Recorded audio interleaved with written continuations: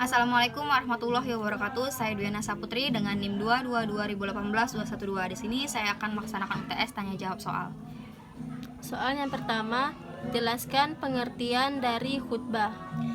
Pengertian dari khutbah adalah kegiatan ceramah kepada sejumlah orang Islam dengan syarat dan rukun tertentu yang berkaitan langsung dengan kesunahan ibadah.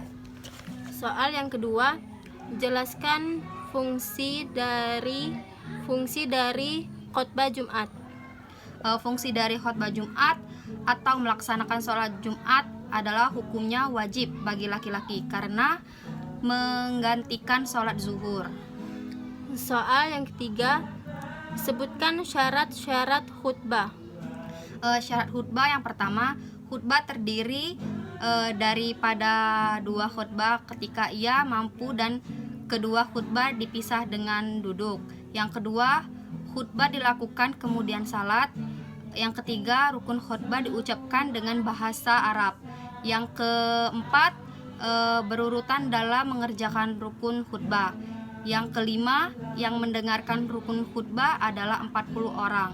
Yang terakhir, khutbah Jumat dilakukan dalam waktu zuhur.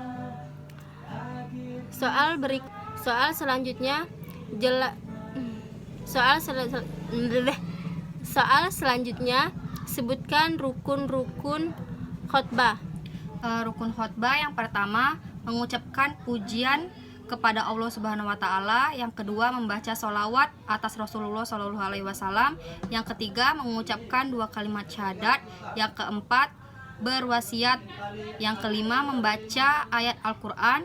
Yang keenam, berdoa untuk semua umat Islam pada khutbah tersebut.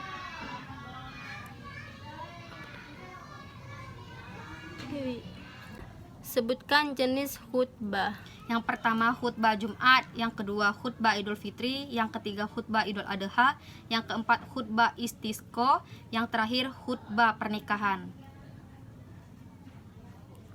Sebutkan syarat-syarat khutbah Jumat. Syarat yang pertama yaitu masuk sholat zuhur, yang kedua berdiri di atas mimbar, yang ketiga laki-laki, yang keempat duduk di antara dan khutbah, yang kelima suaranya keras, yang keenam harus berurutan, yang ketujuh surat dari agak zoom ke Sebutkan syarat-syarat dari khutbah Jumat. Yang pertama masuk sholat zuhur, yang kedua berdiri di atas mimbar, yang ketiga laki-laki, yang keempat duduk di antara dua khutbah, yang kelima suaranya keras, yang keenam harus berurutan, yang ketujuh suci dari hadas dan najis, yang terakhir tertutup auratnya. Ada 6 unsur dalam pidato, sebutkan. Yang pertama salam pembuka, kedua sapaan, yang ketiga puji syukur, yang keempat isi pidato, yang kelima penutup pidato, yang terakhir salam penutup. Apa tujuan dari pidato? Yang pertama, menyampaikan suatu informasi dengan alasan-alasan yang mendukung. Yang kedua, mempengaruhi para hadirin untuk mengikuti sesuai dengan tujuan pidato. Yang ketiga, menghibur hadirin dengan isi pidato. Yang keempat, memberikan arahan atas suatu informasi yang disampaikan. Berdasarkan isinya, pidato dibedakan menjadi 6. Yang pertama, pidato pembukaan. Yang kedua, pidato pengarahan. Yang ketiga, pidato sambutan. Yang keempat, pidato bertanggungjawaban. Yang kelima, pidato laporan.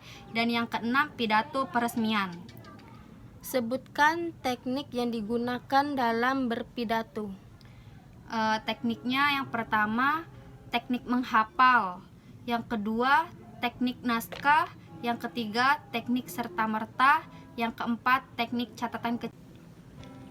Sebutkan hal-hal yang harus diperhatikan dalam berpidato. Yang pertama intonasinya, yang kedua lafal, yang ketiga jeda, yang keempat tempo, yang keenam sikap tubuh, yang keenam pandangan, yang ketujuh kejelasan penyampaian isi pidato, dan yang terakhir penguasaan hadirin. Sebutkan susunan pidato yang baik. Yang pertama pembukaan yang berisi salam pembuka, yang kedua pendahuluan yang berisi gambaran isi pidato, yang ketiga isi pidato, yang keempat penutupan. Sebutkan susunan pidato yang baik. Yang pertama pembukaan, yang kedua pendahuluan, yang ketiga isi pidato, yang keempat penutup. Jelaskan kepribadian dari MC. Menjadi seorang MC memang gampang sulit. Ada beberapa syarat yang harus diketahui seperti berkepribadian yang baik, berpenampilan yang simpatik, memiliki wawasan yang baik, memiliki kemampuan berbahasa yang baik. Sebutkan 3 peran dari MC. Yang pertama host, yang kedua komandan, yang ketiga promotor,